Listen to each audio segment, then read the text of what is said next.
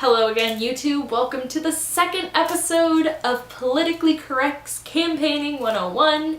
I'm Ev McKinnish, and I'm walking you through our journey into the world of campaigning. So in the first episode, we talked about some of the foundation and groundwork that you need to do before you start a campaign. In this episode, we're going to be talking about the resources you need to make a campaign run. Every successful campaign relies on two types of resources: the people resources and the money resources.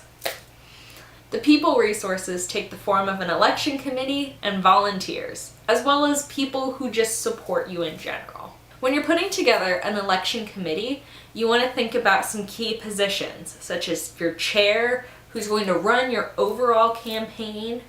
You also want to think about someone consulting on your image and how you appear to your voters, and someone who's working on your signs. This is a big part of campaigns, especially for city, state, and national positions. The first and most important person is your election committee chair. You want this person to be all together. You want them to know more about you than you do. You want them to be on top of the game with everything, able to tell people when they need to be where, what they need to do, and able to keep everything balanced and still keep a smile on their face at the end of the day. You want someone who can motivate people to support you. And that's why it's really important to choose a strong chair, because they're going to be the person that's at the top of the rung when everyone else involved with your election has problems. You also want to have someone who is committed to fundraising. Money is a huge part of any campaign, like I mentioned in the previous episode. So you want to make sure that you've got someone on your team who knows how to raise some money. We're not just talking about someone who ran a Girl Scout cookie sale like 25 years ago. You want someone who knows how to put together events, who knows how to cold call people and ask them for money to support your campaign. You want someone who is not afraid to tell people to take out their checkbooks and write you a check. And last, but probably the most important, are just general volunteers, people who freely give their time to support your campaign. You want to find a lot of them, but you want to make sure they're good quality too.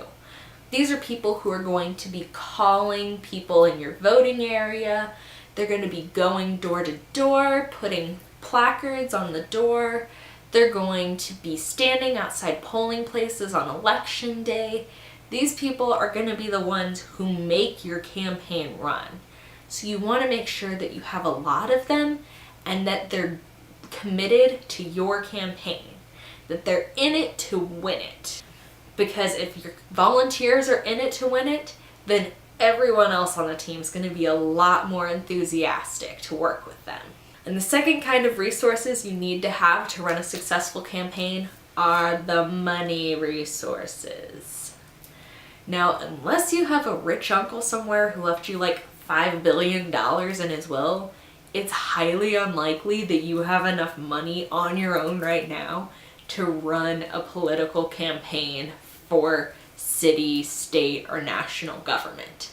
But that's okay. That's what other people are for, right? To give you money? Yeah?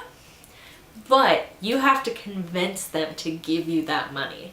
That's why it's important to have a good fundraising chair. Have someone who's well connected, who knows all of the rich people in town, who can call them up and say, hey, would you like to donate? You want to make sure that if you are not personally the most comfortable person with asking people for money, that you have someone on your team who is totally comfortable asking other people for their money. Alright, so that's going to do it for this episode of Campaigning 101. Remember that when you campaign, your resources are important. Your people and your pennies are going to be what gets you and your campaign rolling and keeps you rolling all the way home, hopefully to that victory party on election night. In the meantime, don't forget to like, comment, subscribe. Make sure you stay tuned for the rest of the episodes in this series.